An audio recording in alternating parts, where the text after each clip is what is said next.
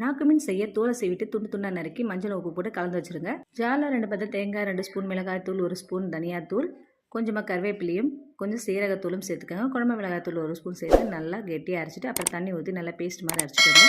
சின்ன வெங்காயம் 10 போல் எடுத்துக்கோங்க. 3 பச்சை மிளகாய் நல்லா தட்டி எடுத்துக்கோங்க. சட்டியில் நல்லா 2 ஸ்பூன் அளவுக்கு கடலெண்ணெய், 1 டீஸ்பூன் கடுகு, கொஞ்சமாக வெந்தயம், பொடியாக நறுக்கிய பெரிய வெங்காயம் சேர்த்துக்கோங்க. வச்ச வெங்காயமும் பச்சை மிளகாயும் சேர்த்து நல்லா பொன்னிறமாக வதக்கிக்கோங்க. 2 தக்காளியை பொடியாக நறுக்கி சேர்த்துக்கோங்க.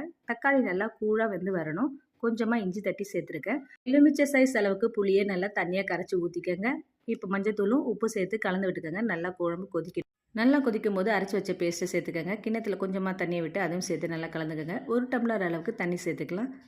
கொஞ்சம் உப்பையும் போட்டுட்டு ஃப்ரெஷ்ஷான கருவேப்பிலையை போட்டு மூடி போட்டு நல்லா கொதிக்க விடுங்க. குழம்புல நல்லா பச்சை வாசனை போனதுமே எடுத்து வச்சுருக்க மீன் துண்டுகளை சேர்த்துக்கலாம்.